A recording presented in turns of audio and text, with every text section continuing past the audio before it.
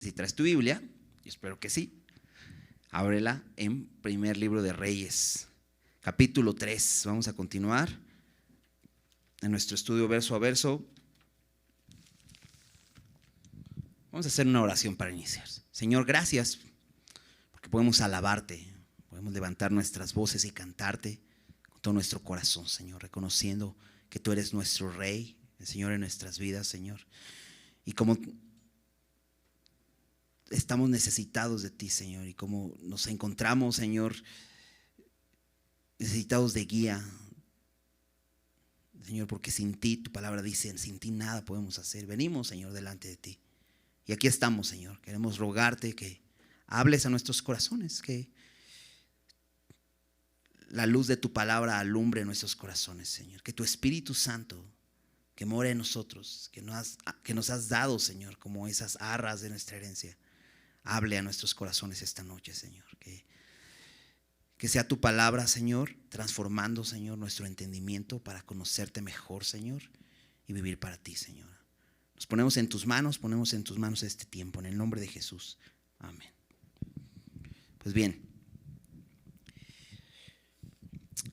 las semanas anteriores empezamos a estudiar este libro de Reyes y estamos estudiando acerca de este hombre llamado Salomón, que ha tomado el reino, o ha sido puesto en el reino como rey sobre Israel después de David. Y veíamos la semana pasada cómo al David darle estas instrucciones después de morir David, Salomón empieza a hacer lo que su padre le dijo, ¿no? Y recuerdas, le recordó a ciertas personas con las que tenía que hacer algunas cosas, ¿no? Y veíamos representadas estas personas como personas rebeldes, y tenía todo que ver con nuestros corazones rebeldes que de pronto se rebelan contra el Señor. Y Dios quiere que, así como este hombre que conocimos,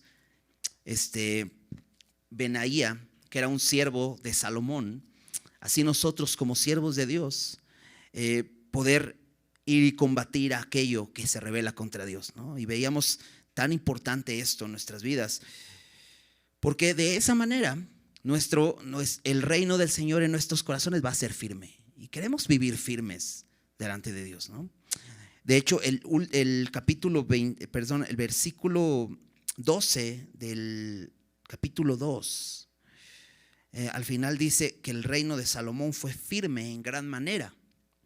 Y al final del capítulo 2 terminó diciendo, y el reino fue confirmado en mano de Salomón. ¿Por qué? ¿Por qué fue confirmado? Porque eliminó la rebelión, aquello que se podía rebelar contra su trono, lo eliminó. Ahora ya no está Joab, que se había aliado a Adonías, que era este rebelde, que era su hermano, que se quería apoderar del trono sin que fuera la voluntad de Dios. Ya no está tampoco Abiatar, que fue este sacerdote que también se unió a esta rebelión. Y tampoco está este hombre Simei, que falsamente había pedido perdón a David, pero primero lo había maldecido, ¿no? Y cada uno de ellos fue un juicio justo que Salomón hizo. Pero Salomón se va a enfrentar a más juicios justos, como el rey de Israel, en un reino diferente. No como las demás naciones, sino un reino único, porque era el pueblo de Dios. Entonces se iba a enfrentar a muchos más juicios. Y él tenía entonces que, como le dijo David, ser valiente, esforzarse y ser hombre. Y entonces aferrarse al Señor y buscar permanecer en la palabra del Señor. Vamos a leer los primeros versículos del capítulo 3. Dice así: Salomón hizo parentesco con Faraón. Perdón, Salomón hizo, ¿sí leí bien? Ok, déjenme otra vez. Salomón hizo parentesco con Faraón, rey de Egipto, pues tomó la hija de Faraón y la trajo a la ciudad de David, entre tanto que acababa de edificar su casa y la casa de Jehová y los muros de Jerusalén alrededor. Hasta entonces el pueblo sacrificaba en los lugares altos, porque no había casa edificada al nombre de Jehová hasta aquellos tiempos. Entonces nos empieza a hablar de Salomón. Este libro de Reyes es muy parecido al libro de Samuel. De hecho, hacen un conjunto. Y es interesante porque te decía, en algún momento te decía, tenemos un paralelo que es Crónicas. Pero en Crónicas cuentan todas esas historias como de pasadita, más bien enfocados en lo que hicieron de una manera general, ¿no? Desde arriba, ¿no? Viéndolo panorámicamente. Y tanto Samuel como Reyes son mucho más específicos, ¿cómo llamarlo? Más personales. Se meten un poco a los detalles de la vida de la persona, ¿no? Y esto nos ayuda mucho también para examinar nuestros corazones. En Crónicas no nos dice acerca de esta boda o este casamiento con la hija de Faraón. Aquí sí nos dice, nos empieza diciendo esto acerca de Salomón. Ahora, Salomón, quiero recordarte esto, Salomón significa pacífico.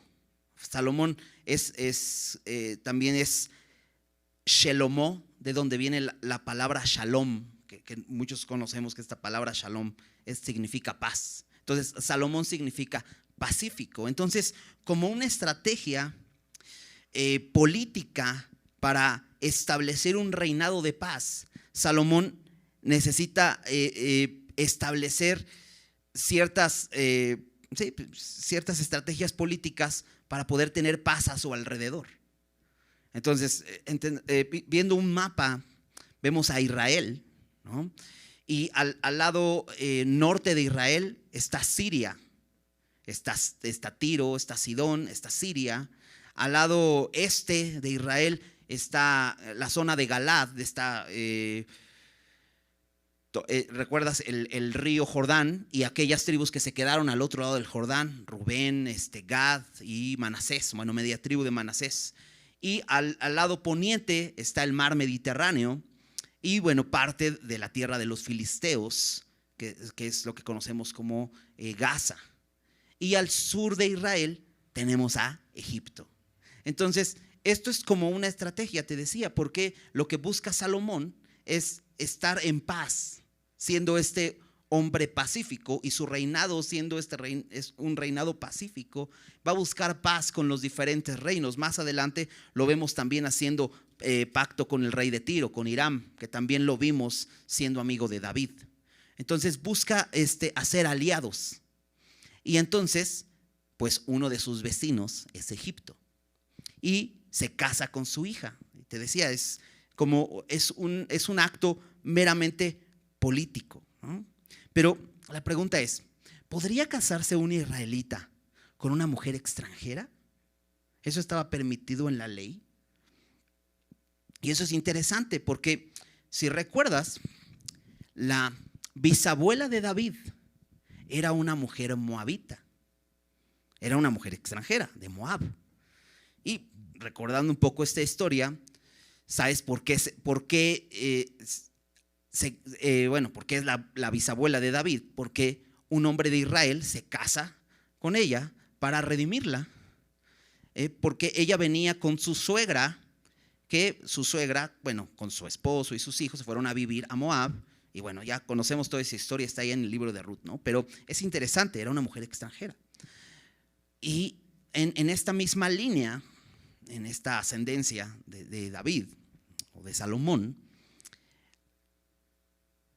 ¿recuerdas quién fue el esposo de Ruth o quien se casó con Ruth? Fue Booz. Es muy interesante porque la madre de Booz también era mujer extranjera.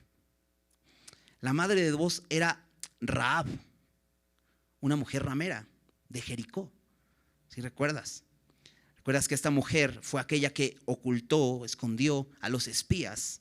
Y ella puso su confianza en Jehová, el Dios de Israel. De hecho, ella reconoció que Dios le había entregado a Israel esa tierra de Canaán. Y cuando cayeron los muros de Jericó, solamente donde ella estaba no cayó. ¿Recuerdas eso? También era una mujer extranjera.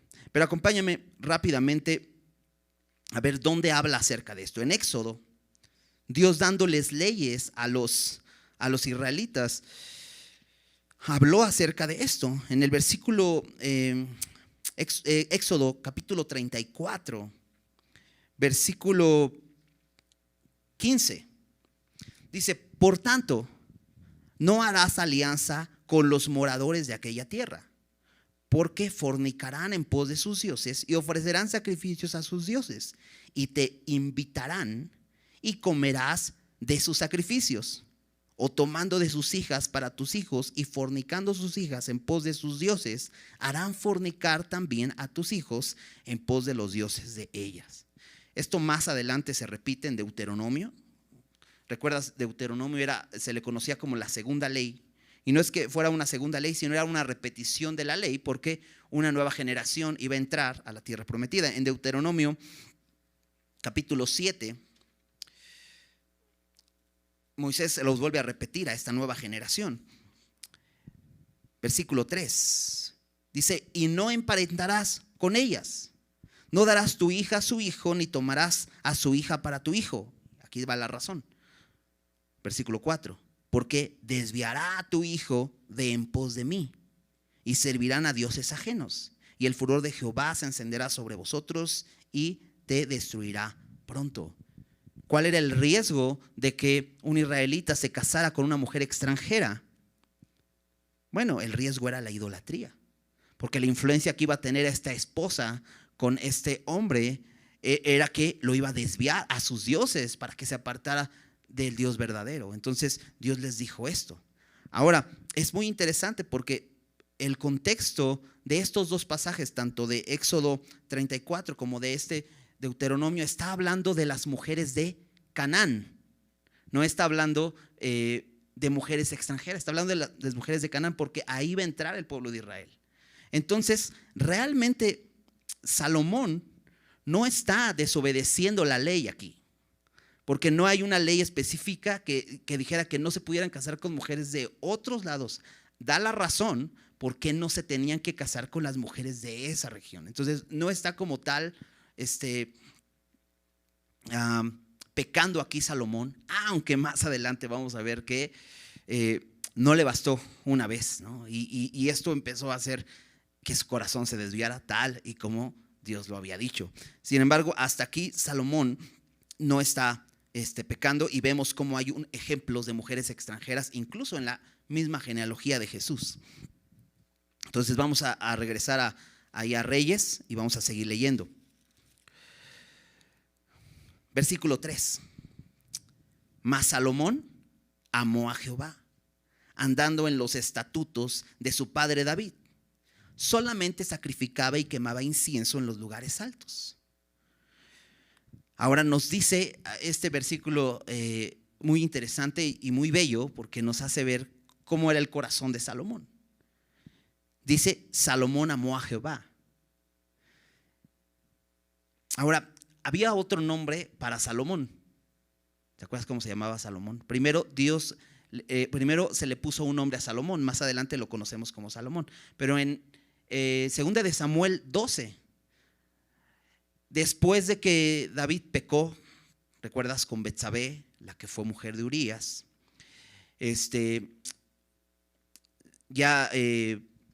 nace un hijo de esta relación, pero este hijo muere. Después de que David se arrepiente, después de que este niño muere, y después de que Dios trata con su corazón, con el corazón de David, toma a Betsabé ahora sí como su esposa. Ya esta mujer ya era viuda, entonces ahora sí ya la toma como su mujer legalmente y sin cometer pecado. Y nace Salomón, que es este hombre del que estamos hablando. Y ahí en 2 de Samuel 12, versículo 25, nos dice que su nombre fue Jedidías. Y Jedidías significa amado de Jehová, ¿no? Y esto muestra el corazón de David al haber recibido la misericordia de Dios, haber recibido el amor de Dios, decide ponerle a su hijo amado de Jehová. Y aquí nos dice este versículo que aquí en Primera de Reyes 3:3 dice que Salomón amó a Jehová. Entonces lo único que vemos en este versículo es una correspondencia. Así como Salomón era amado de Dios, entonces, ¿cuál era la respuesta de Salomón? Pues si Dios me ama, yo lo voy a amar. Dice primera de Juan 4:19, nosotros le amamos a Él porque Él nos amó primero. No podemos amarle sin que Él nos haya amado. Y eso es lo que Salomón está haciendo. Y este versículo nos muestra de qué manera amaba Salomón a Dios. Dice, andando en los estatutos de su padre David. Y esto nos recuerda lo que Jesús decía. Si me amáis, guardad mis mandamientos. ¿De qué manera podemos demostrarle nuestro amor a Dios? No es cantando solamente, sí. Pero no es solamente así, sino obedeciéndole. Y aquí nos dice que Salomón andaba en estas instrucciones que le dio su padre, en estos estatutos de su padre. ¿Y cuáles fueron esos estatutos? Los vimos en el capítulo 2. Tienes que andar en los caminos de Dios, obedeciendo, no apartándote de ellos. Entonces, aquí vemos a Salomón iniciando bien su reinado. No solamente andaba en los estatutos, dice, solamente sacrificaba y quemaba incienso en los lugares altos. E iba el rey a Gabaón, porque aquel era el lugar alto principal, y sacrificaba allí 1000 holocaustos. Sacrificaba Salomón sobre aquel altar. El versículo, la continuación del versículo 3, donde dice solamente sacrificaba y quemaba incienso, es interesante porque pareciera que dice, sí obedecía a los estatutos, solamente hacía esto mal. Pero realmente el texto no nos permite ver que realmente Salomón no está pecando de idolatría. Podríamos pensar, mira, es que sí obedecía, pero era idólatra. No, realmente no. Acompáñame a Primera de Crónicas. Segunda de Crónicas, capítulo 1. Nos va a decir esto mismo, nos va a contar acerca de esto mismo. Dice, desde el versículo 1, dice, Salomón, hijo de David, fue afirmado en su reino, y Jehová su Dios estaba con él, y lo engrandeció sobremanera. Y convocó Salomón a todo Israel, a jefes de millares y de centenas, a jueces y a todos los príncipes de todo Israel, jefes de familias. Y fue Salomón y con él toda esta asamblea al lugar alto que estaba en Gabaón. Gabaón estaba al norte de Jerusalén. Entonces va con toda esta gente, convoca gentes principales del pueblo, y dice, porque allí estaba el tabernáculo de reunión de Dios, que Moisés, siervo de Jehová, había hecho en el desierto. Entonces en Reyes nos dice que estaba el principal lugar alto que tenían. Era un lugar alto y era el principal que había. Aquí nos dice la razón por qué era el principal, porque dice que allí estaba el tabernáculo de reunión de Dios que Moisés, siervo de Jehová, había hecho en el desierto. Y esto de pronto nos puede confundir un poco, porque decimos, el arca David la llevó a Jerusalén, pero sucedieron muchas cosas. Porque si recuerdas, en algún momento en Primera de Samuel, cuando inició el libro, encontramos que el pueblo de Israel se llevó el arca a la guerra y los filisteos se la robaron. Se la llevaron a su tierra, pasaron un montón de cosas, la regresaron y terminó en Kiriat Jearim. Y ahí en Kiriat Jearim David fue por ella, por el arca, y le construyó una tienda para poner el arca. Pero no era la misma tienda que hizo Moisés. Aquí nos dice que esa tienda que hizo Moisés, ese tabernáculo, estaba en Gabaón. Por eso era este principal lugar. Déjame seguir leyendo, versículo 4. Pero David había traído el arca de Dios de Kiriat Jearim al lugar que él había preparado, porque él le había levantado una tienda en Jerusalén. Ya te lo parafraseé también. Versículo 5. Asimismo, el altar de bronce que había hecho Bezaleel, hijo de Uri, hijo de Ur, estaba delante del tabernáculo de Jehová, al cual fue a consultar Salomón con aquella asamblea. Entonces fue Salomón con toda esta gente. También estaba ahí el altar de bronce, que es donde ofrecían los sacrificios.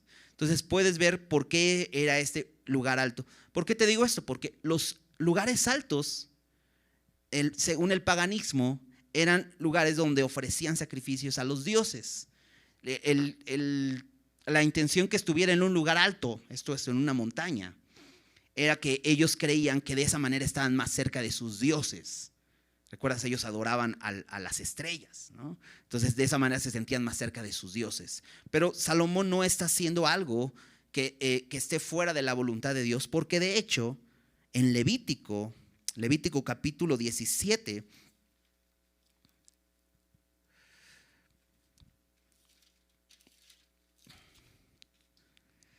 versículo 3.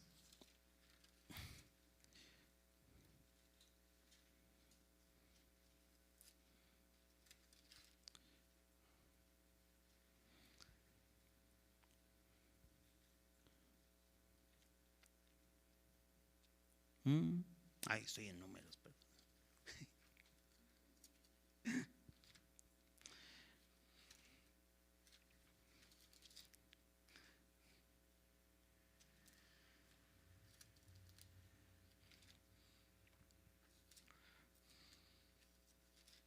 Ok.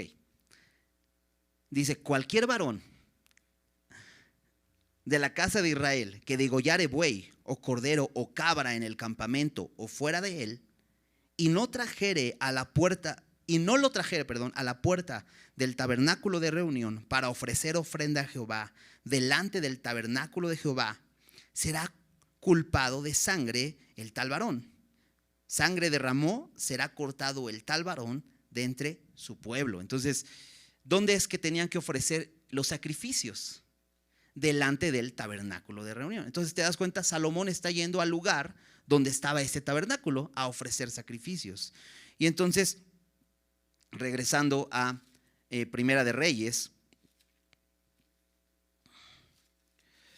nos dice que Salomón ahí ofreció, y fíjate cuántos sacrificios ofreció.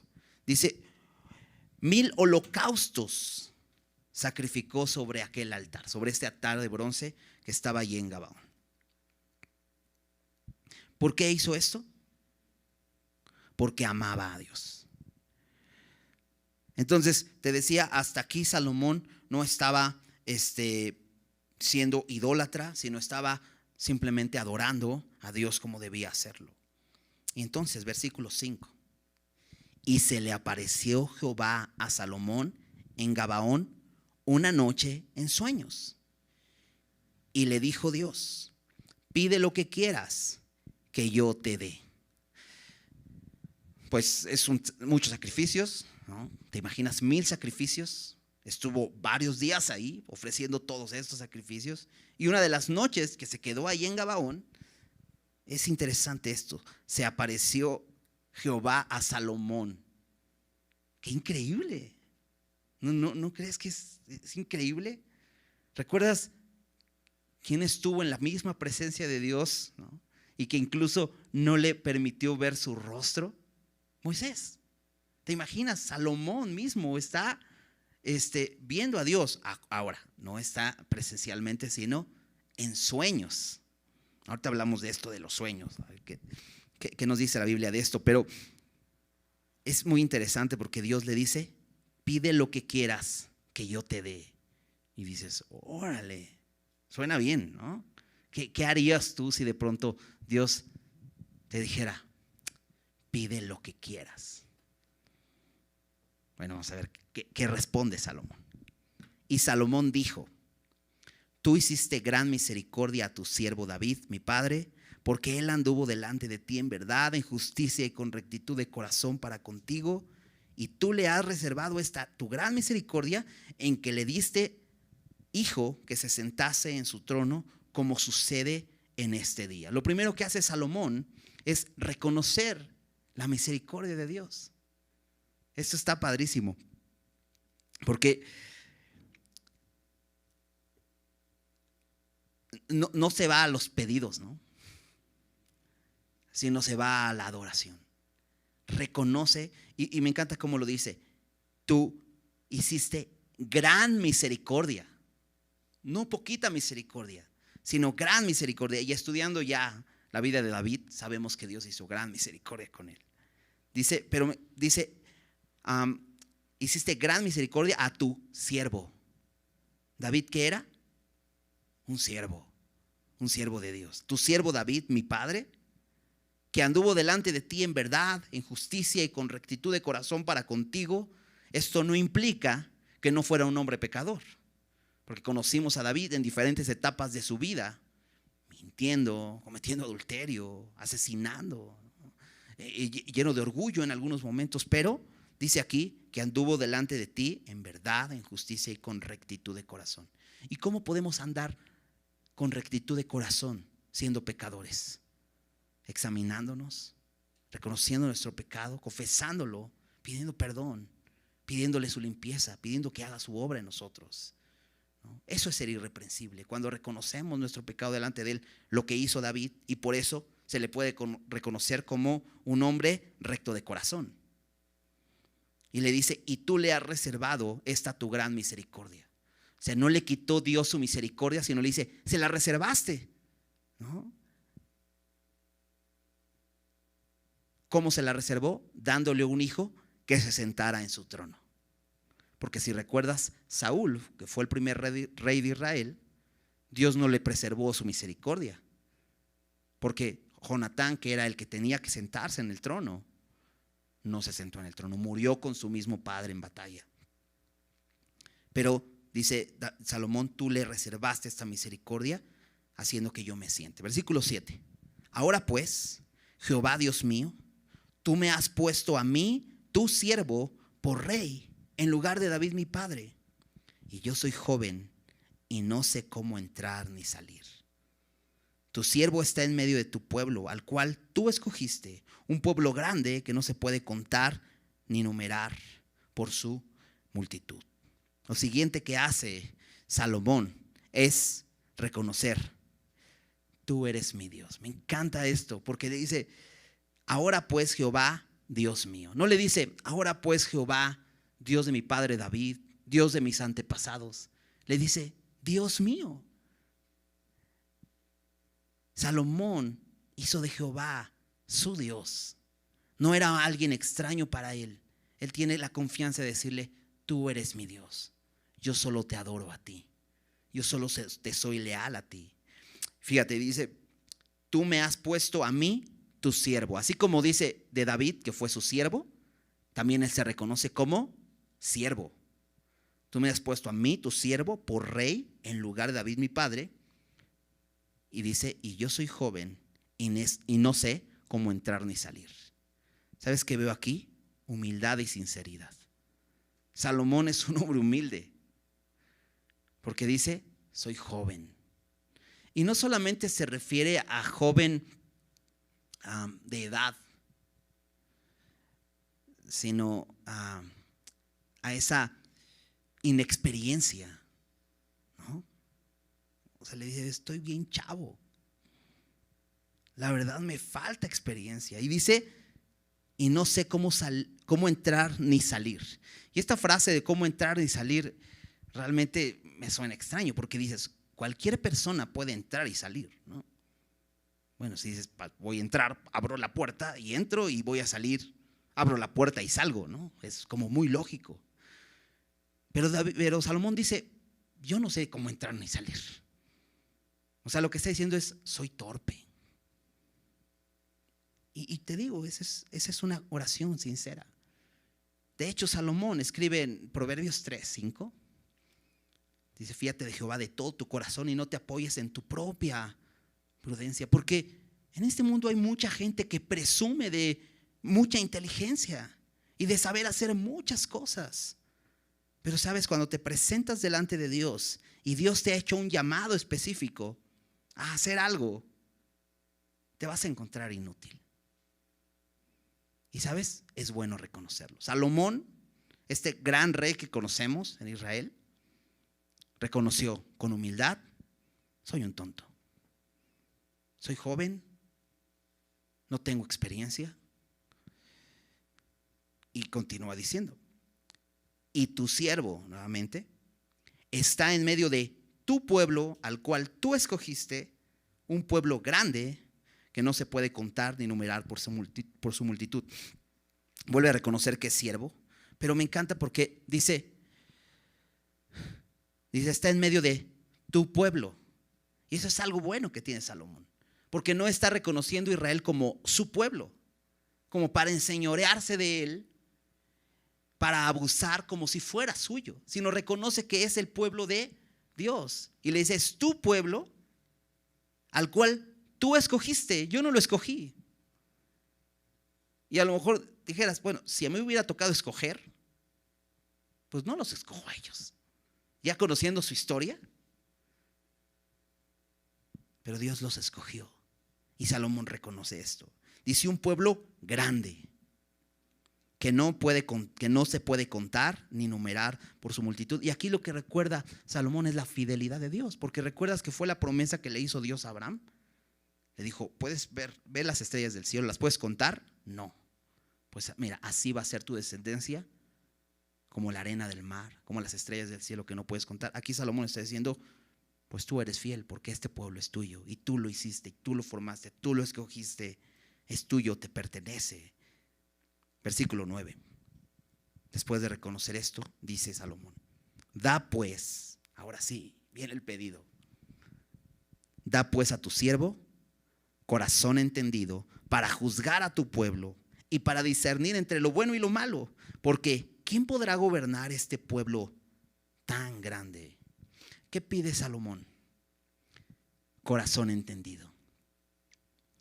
Si tienes una Biblia con títulos, dice Salomón pide sabiduría.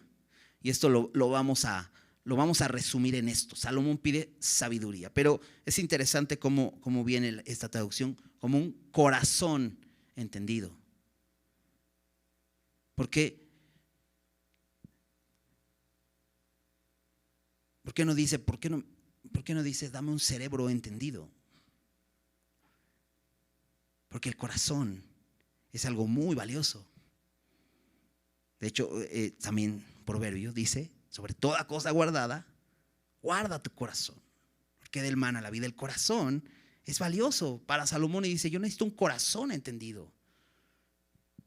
Y pide esto, dice, pero da las razones para qué, dice Salomón, para juzgar y para discernir entre lo bueno y lo malo. Porque ¿quién podrá gobernar tu pueblo tan grande? Salomón reconoce una cosa: el único que puede gobernar tu pueblo tan grande eres tú. Esta pregunta a ti tiene respuesta, y la respuesta es Dios. ¿Quién puede gobernar? ¿Quién puede gobernar este mundo? Aquel que lo creó. Solo es Dios. Versículo 10. Y agradó delante del Señor que Salomón pidiese esto. Dios se agrada de nuestras oraciones, de nuestras peticiones, cuando pedimos conforme a su voluntad.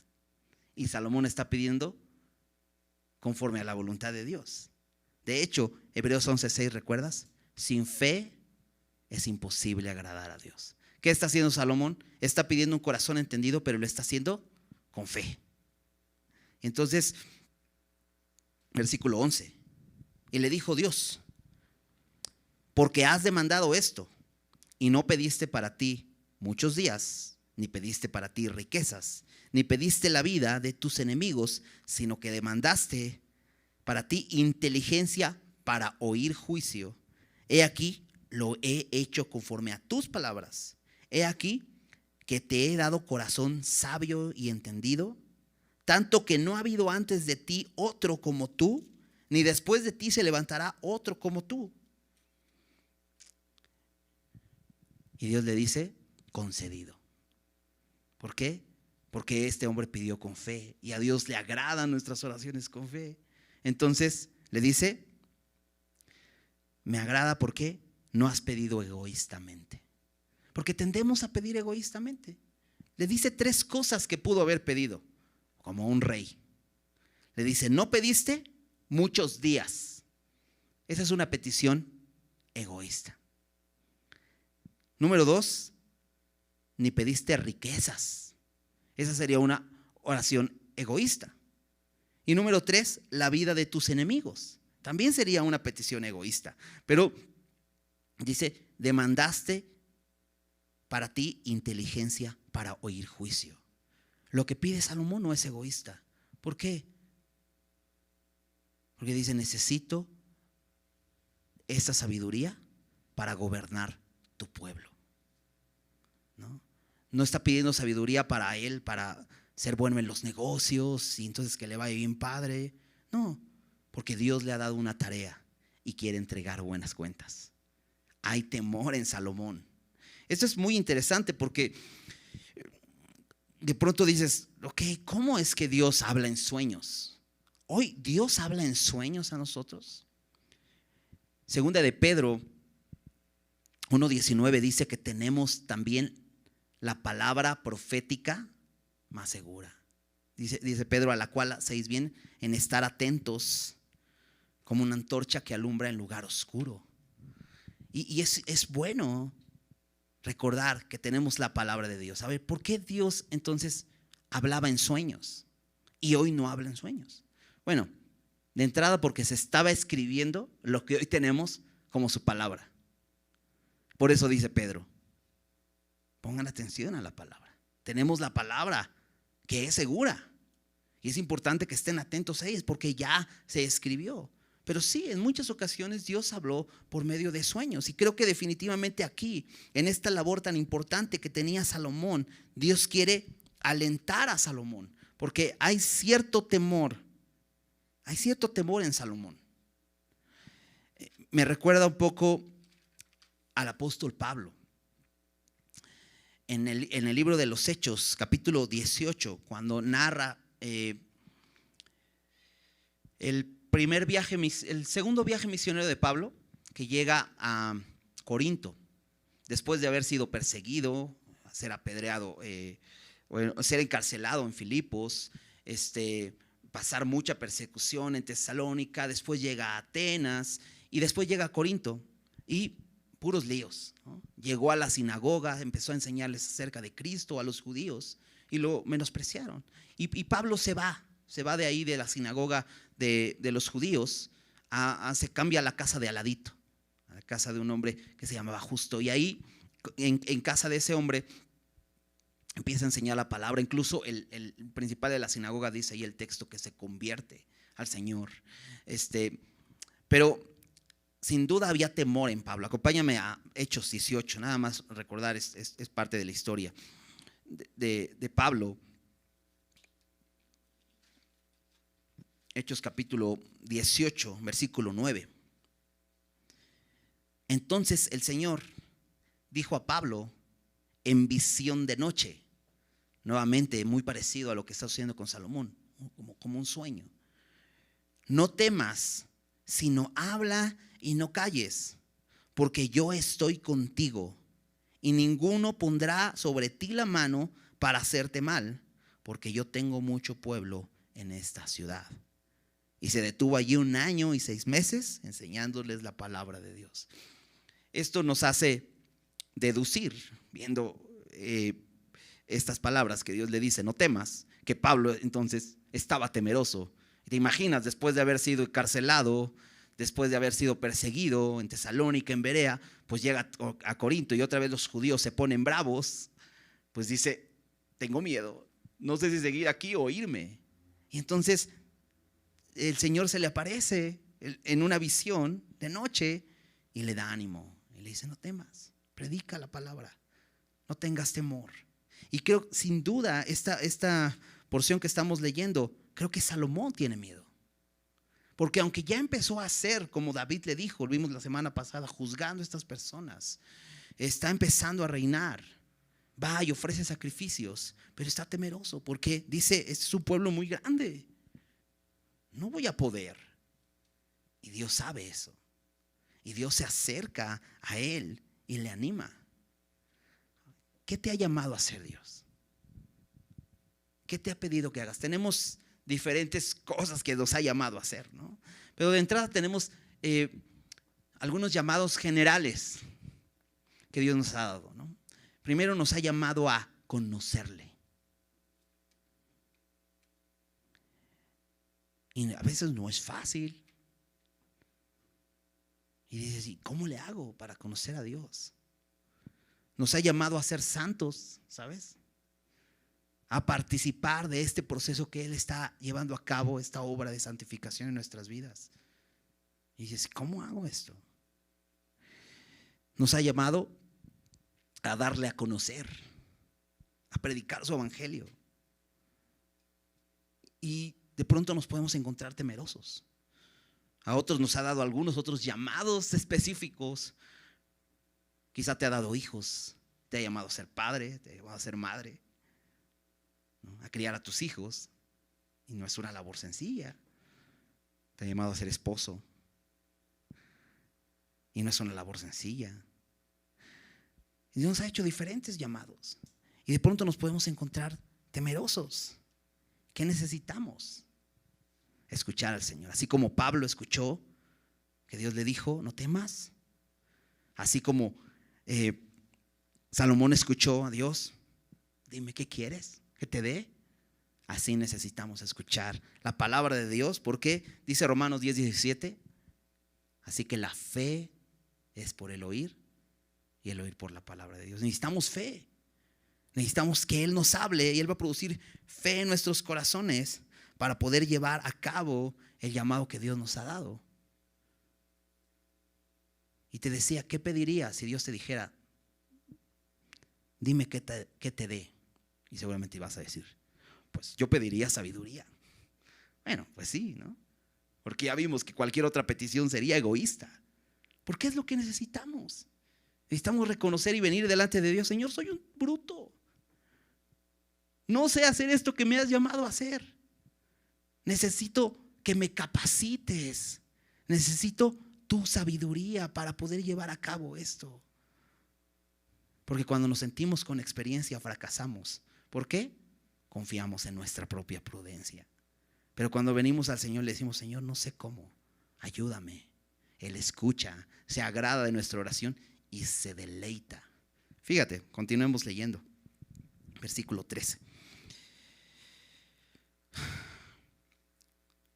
Dice, y aún también te he dado las cosas que no pediste, riquezas y gloria. De tal manera que entre los reyes ninguno haya como tú en todos tus días. Decía Matthew Henry, Salomón pidió sabiduría.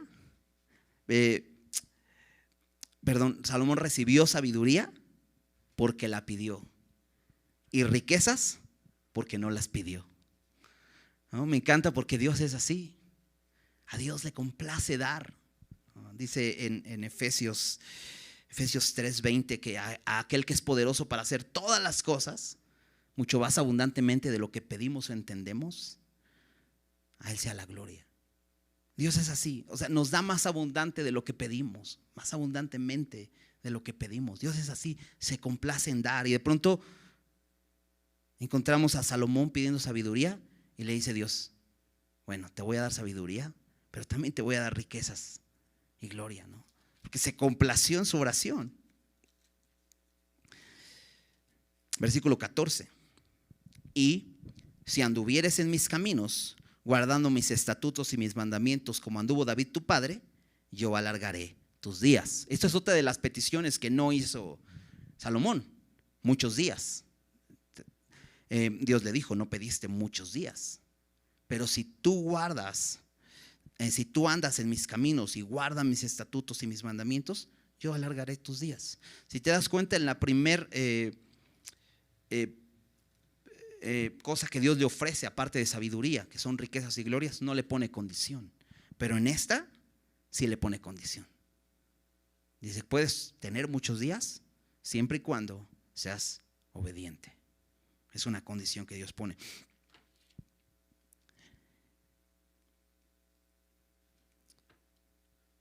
Versículo 15. Cuando Salomón despertó, vio que era sueño. ¿Te imaginas? Dice esto, yo creo que porque lo veía tan real, todo esto, pero despierta y dice, era un sueño. Y vino a Jerusalén y se presentó delante del arca del pacto de Jehová, y sacrificó holocaustos y ofreció sacrificios de paz e hizo también banquete a todos sus siervos. Este es el resultado de recibir de Dios esta promesa: adoración. ¿Qué estaba haciendo en Gabaón? Adorando a Dios. Pero estaba en el lugar donde no estaba el arca del pacto, estaba ahí el tabernáculo. Pero recuerdas, el arca del pacto significaba la presencia de Dios. Sí estaba el tabernáculo allá, pero no podían los sacerdotes hacer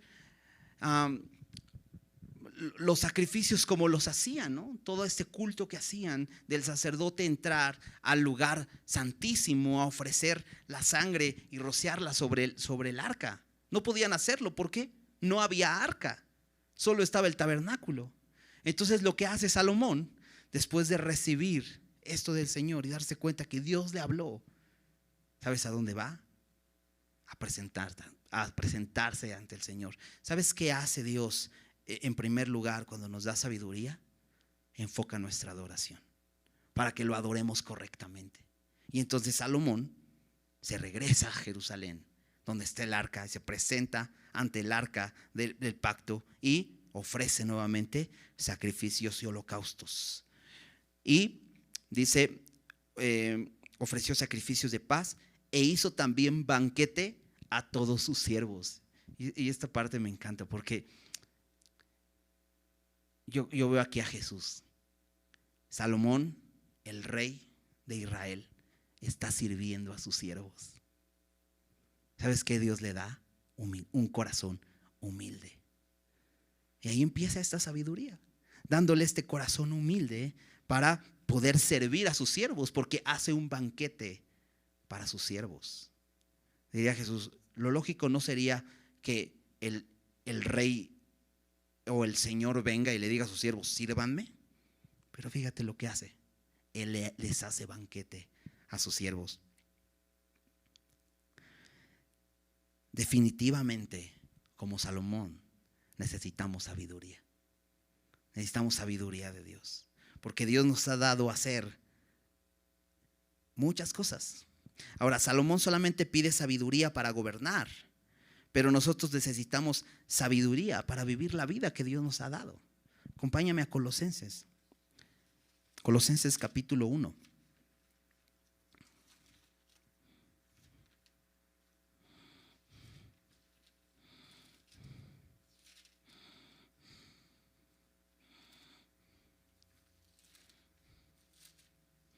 Y estudiando el pasaje la semana, le decía, Señor, yo quiero que me des sabiduría, ¿no? Quiero poder entender tu palabra, quiero poder enseñar tu palabra, ¿no? Y en la mañana, en mi devocional, estaba leyendo aquí en Colosenses. Y me encanta porque Dios responde las oraciones, ¿no? Porque Dios me habló acerca de eso, ¿no? De la sabiduría, ¿no? Y me regaló este pasaje para poder incluirlo en mi bosquejo. Porque fíjate, dice, está Pablo escribiendo a los colosenses, y los colosenses es una región en Colosas, un grupo de creyentes en Colosas, en una región donde Pablo no fundó esta iglesia, pero Pablo escucha de ellos por medio de algunos creyentes ahí. En el versículo 4, ahí en Colosenses 1, dice, habiendo oído de vuestra fe en Cristo y del amor que tenéis a todos los santos. Lo primero que ocurre en un creyente es fe, ¿no? Primero creemos en el Señor, y eso da como resultado algo: amor. Porque ellos creyeron, dice aquí, dice, yo he escuchado de ustedes de su fe en Cristo Jesús y del amor. ¿Sabes? Cuando nosotros creemos en Jesús, lo que resulta de eso es amor a nuestro prójimo. Eso es lo que Dios produce. Y entonces, versículo 9, Pablo empieza a orar por ellos, o empieza a pedir por ellos. Y dice, por lo cual también nosotros, desde el día que oyeron de su fe y de su amor. Dice, no cesamos de orar por vosotros y de pedir. Esta es la petición de Pablo por los colosenses: que seáis llenos del conocimiento de su voluntad en toda sabiduría e inteligencia espiritual. Pablo pide esto por los colosenses: que sean llenos del conocimiento de su voluntad, pero no por encimita. No que simplemente digamos, sí, yo sé, sí, claro, la Biblia dice eso. Sí, no. Sino dice, en toda sabiduría e inteligencia espiritual. Hay mucha gente que es muy inteligente, pero aquí Pablo pide que tengan inteligencia espiritual, que sean sabios. Necesitamos sabiduría. Y te decía, Salomón pidió sabiduría para gobernar. En esencia es lo que estaba pidiendo.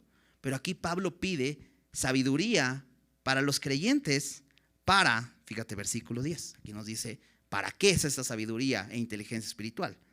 Para que andéis como es digno del Señor, agradándole en todo, llevando fruto en toda buena obra y creciendo en el conocimiento de Dios.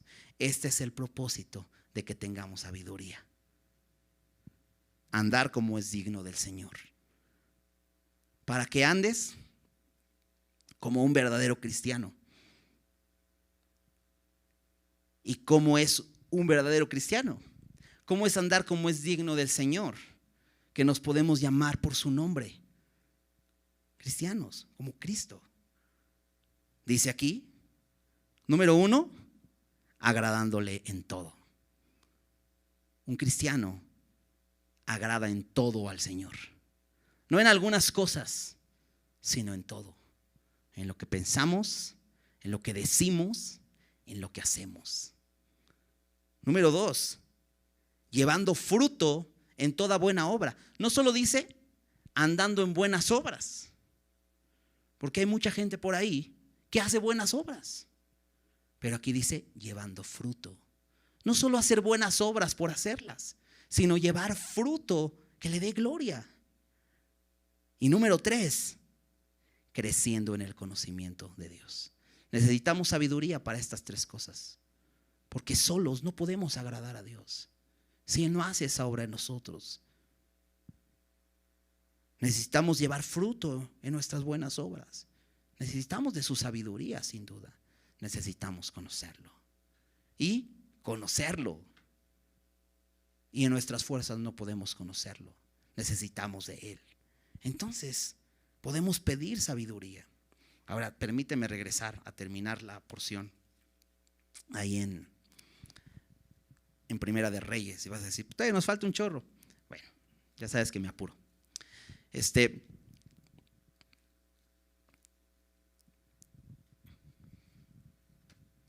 Vamos a ver un ejemplo de cómo es la respuesta de Dios ante Salomón, que pidió sabiduría. Porque sí, Dios le dio sabiduría, le dice, voy a hacer como me pediste.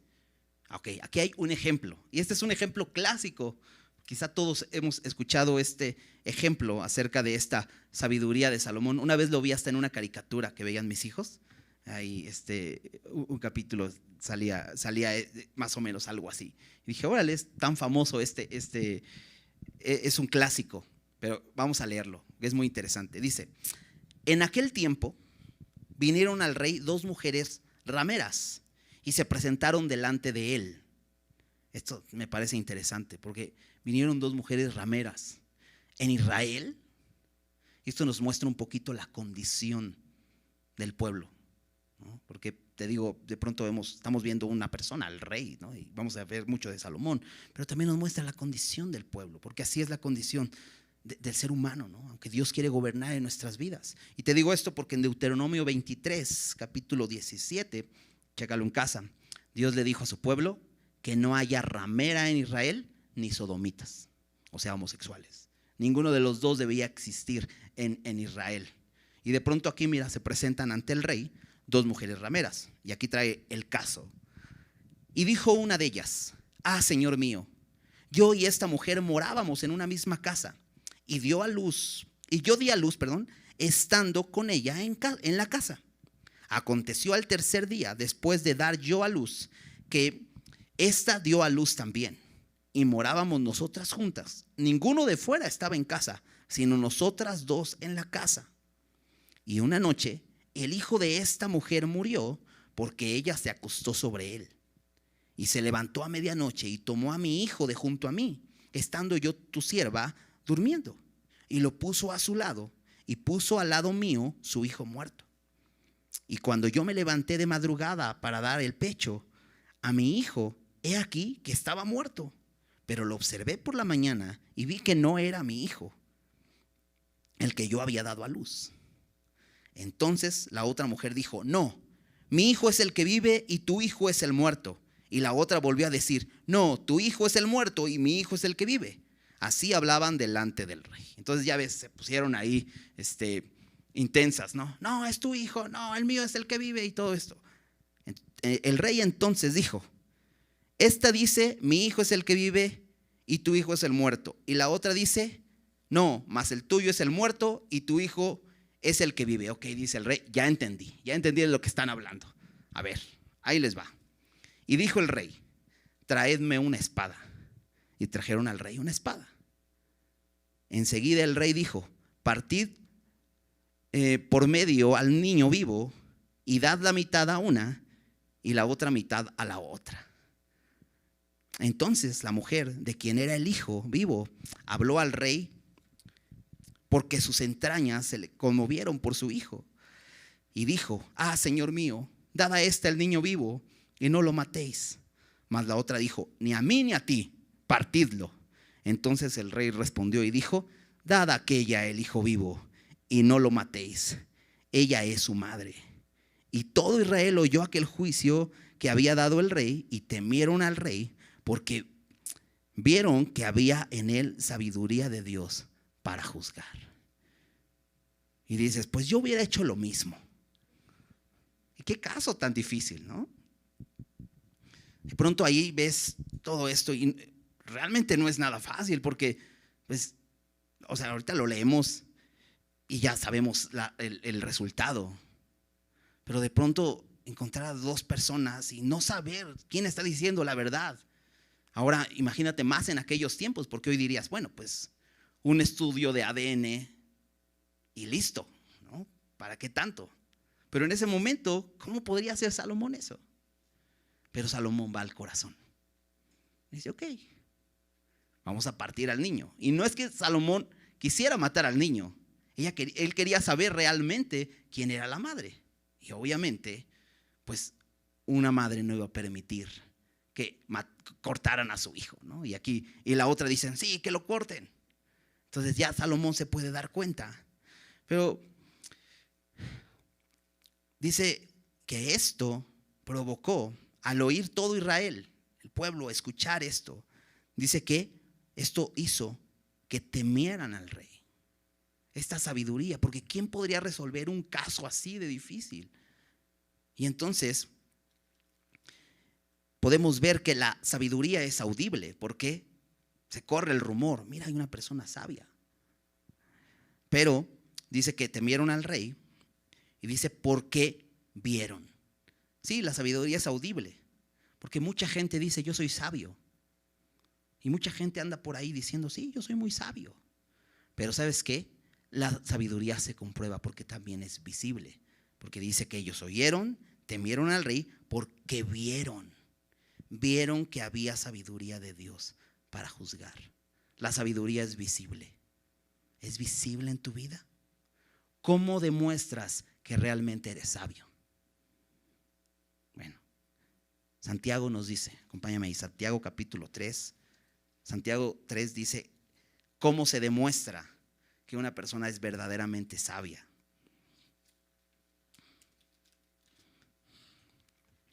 Versículo 13. ¿Quién es sabio y entendido entre vosotros? Y mucha gente puede levantar la mano y decir: yo.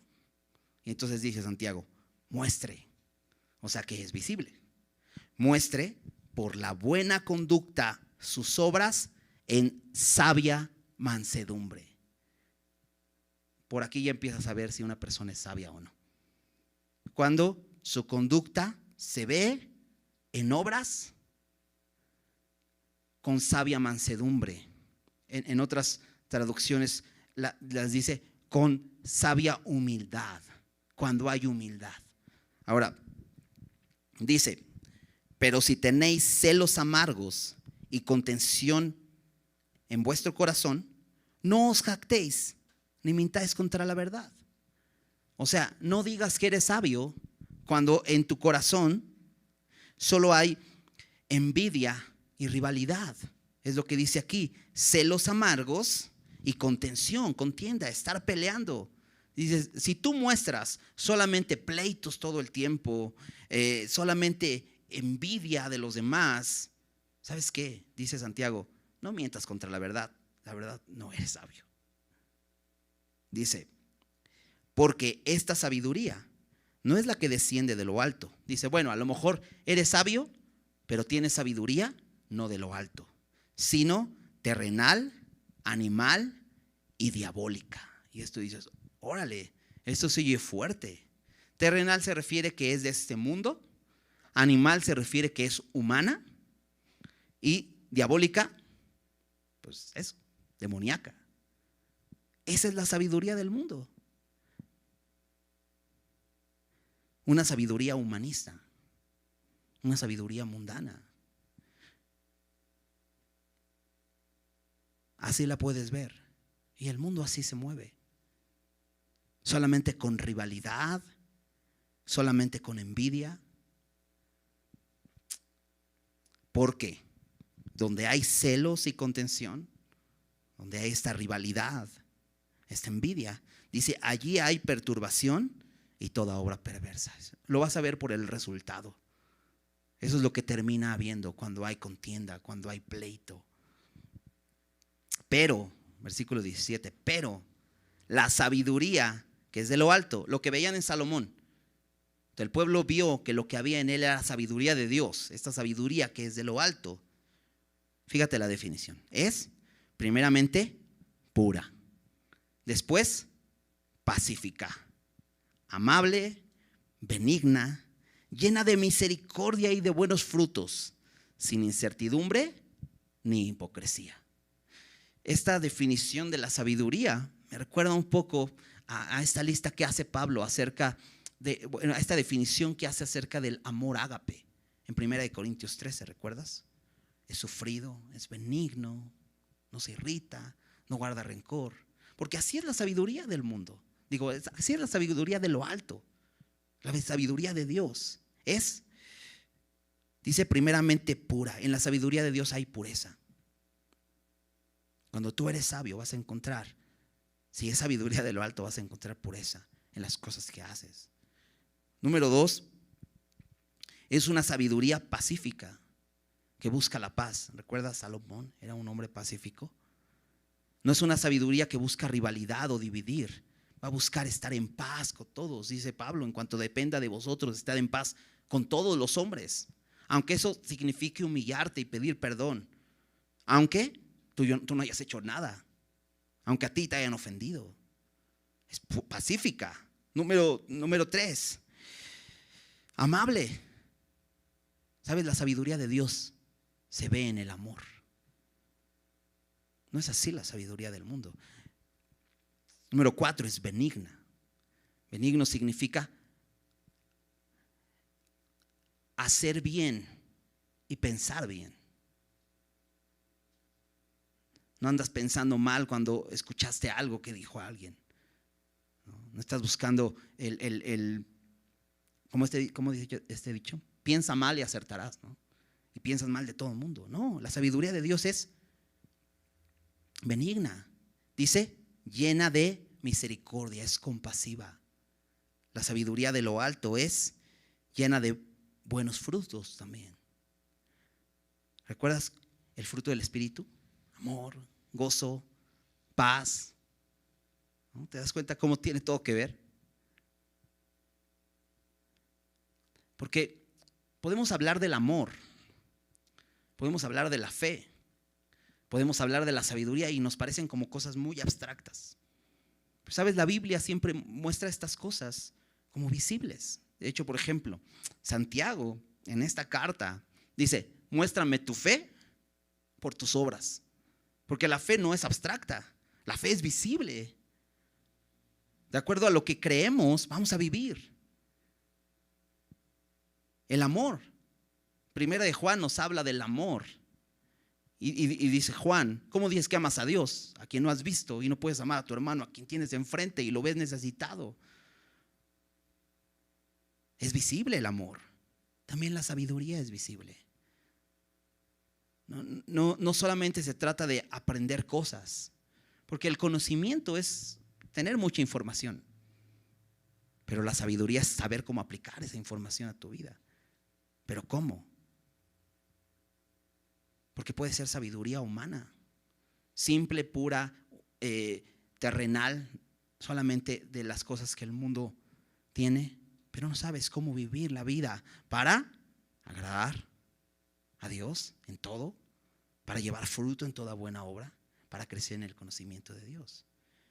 Dice además, sin incertidumbre ni hipocresía. Esto habla de imparcial, ser imparcial, no hacer acepción de personas. También Santiago habla de esto, pero también habla de que es sincera.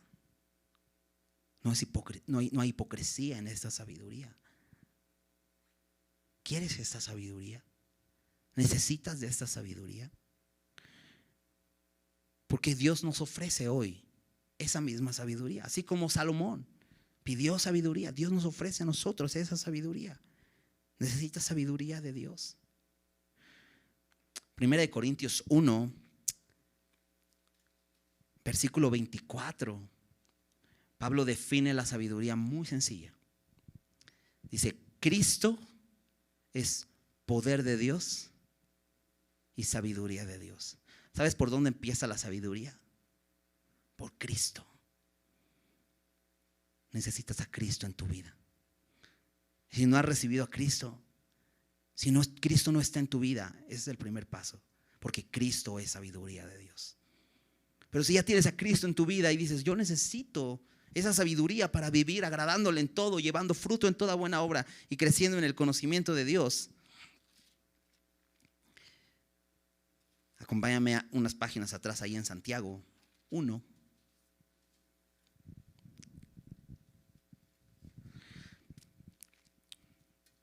En Santiago 1:2 hemos leído este pasaje algunas semanas anteriores, y habla de que nos sintamos muy gozosos cuando estemos en muchas pruebas. Y si estás pasando por muchas tribulaciones, siéntete muy gozoso, dice Santiago. ¿Por qué? La tribulación, porque todas estas pruebas van a producir paciencia en tu corazón. Esa prueba de tu fe va a producir paciencia. Y fíjate cómo dice el versículo 4. Mas tenga la paciencia su obra completa, para que seáis perfectos y cabales, sin que os falte cosa alguna. Y me gusta este versículo y se me hace hasta un poco gracioso en ese sentido. A veces me equivoco un poco, a lo mejor me he equivocado aquí muchas veces, porque tiendo a hacer pleonasmos, ¿no? Por ejemplo, decimos, poquito no mucho. ¿Sí te ha pasado? Que dices, poquito no mucho. Con que dijeras poquito es suficiente. Ya sabes que es no mucho, pero tendemos a hacer eso, ¿no? Bueno, yo tiendo a hacer eso muchas veces, ¿no? Y luego me doy cuenta y digo, ya me equivoqué. Ok, poquito no mucho. Bueno, Santiago hace algo más o menos así. Creo que es más bien hace un sobreénfasis, porque dice, para que sean perfectos. ¿Sabes qué significa perfecto? Completo. Y cabales. ¿Sabes qué significa cabal? Completo. Entonces, como si dijera, para que seas completo y completo sin que te falte cosa alguna. Pues si está completo no falta nada, ¿no? Entonces, es un sobreénfasis. Pero fíjate el versículo 5, porque este es el que aplica a nuestro estudio de hoy. Dice, y si alguno de vosotros tiene falta de sabiduría, bueno, no que voy a estar completo, es que Dios no quiere que te falte nada.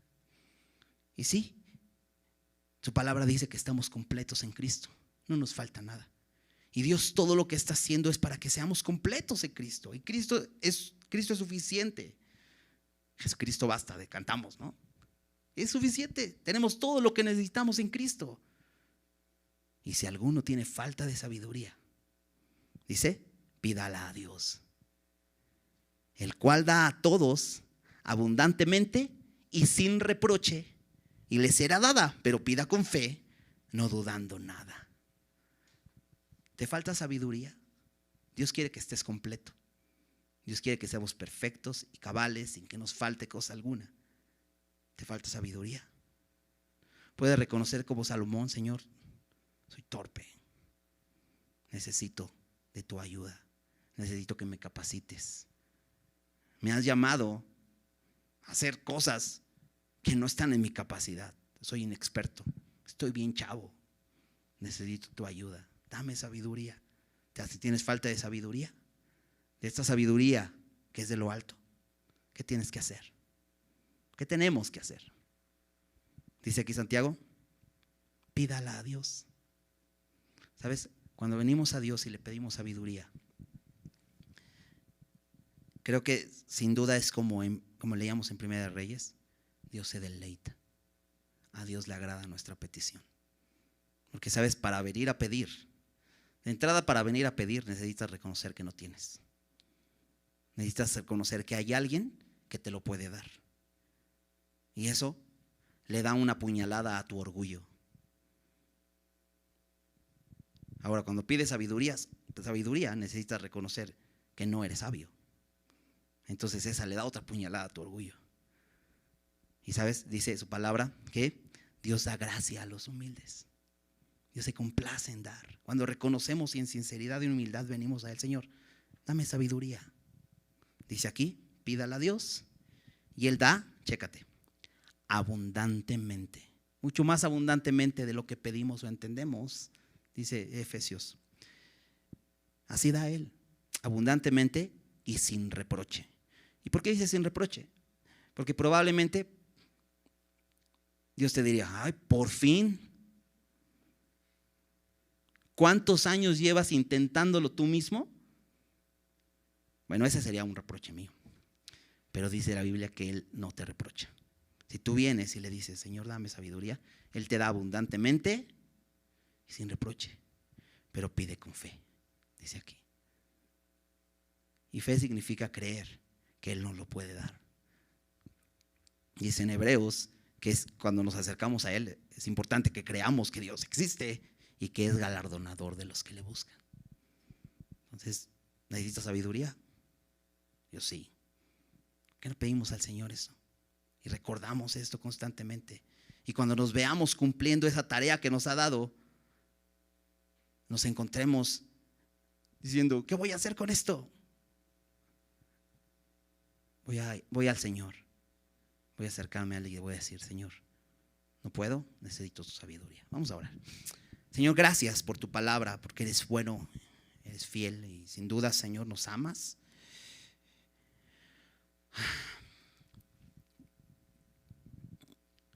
Has mostrado tu misericordia día a día, Señor. Eres bueno, Señor. Y como un Dios bueno que se compadece de sus hijos, aquí estamos, Señor, delante de ti, reconociendo lo incapaces y chafas que somos ante lo que nos has puesto a hacer. Así como este joven rey que tú llamaste a servirte entre tu pueblo tan grande, y él pudo reconocer que no podía y pudo reconocer su incapacidad delante de esa gran tarea. Así estamos nosotros, reconociendo nuestra incapacidad delante de esta gran tarea que nos has dado, de este gran llamado, Señor. De entrada, Señor, el conocerte nos mete en una dificultad, Señor, porque ¿quién puede conocer a un Dios tan grande? Este llamado a ser santo, Señor, ¿quién puede, Señor? Agradarte en todo, llevando fruto en toda buena obra y creciendo en tu conocimiento, Señor, ¿quién puede? Señor, darte a conocer. A veces nos encontramos tan torpes, Señor, hablando de ti. Señor, aquí estamos, necesitados de tu sabiduría, Señor, de tu gracia, reconociendo que tú das gracia a los humildes. Señor, venimos delante de ti rogándote que nos des de tu sabiduría, reconociendo que tú eres un Dios sabio, que te complaces en dar, y viendo, Señor, cómo respondiste ante esta petición de Salomón y cómo te agradaste de su petición. Así venimos delante de ti, Señor, a pedir tu sabiduría. Gracias, Señor. Gracias, Señor, porque podemos acercarnos y recibirla de tu mano, Señor. Gracias porque estás dispuesto a darla. Te rogamos esto, Señor. Te pido por cada uno de mis hermanos, Señor, que están aquí, por tu iglesia, por esta iglesia, Señor. Que nos llenes de tu sabiduría, Señor. De esa sabiduría que viene de lo alto, Señor. Donde no hay envidias, donde no hay celos, donde no hay contenciones, sino donde hay amor, donde hay paz, donde hay benignidad, donde hay compasión. Llénanos de esa sabiduría. Gracias, Señor, por tu palabra, por este tiempo que nos diste. En el nombre de Jesús. Amén.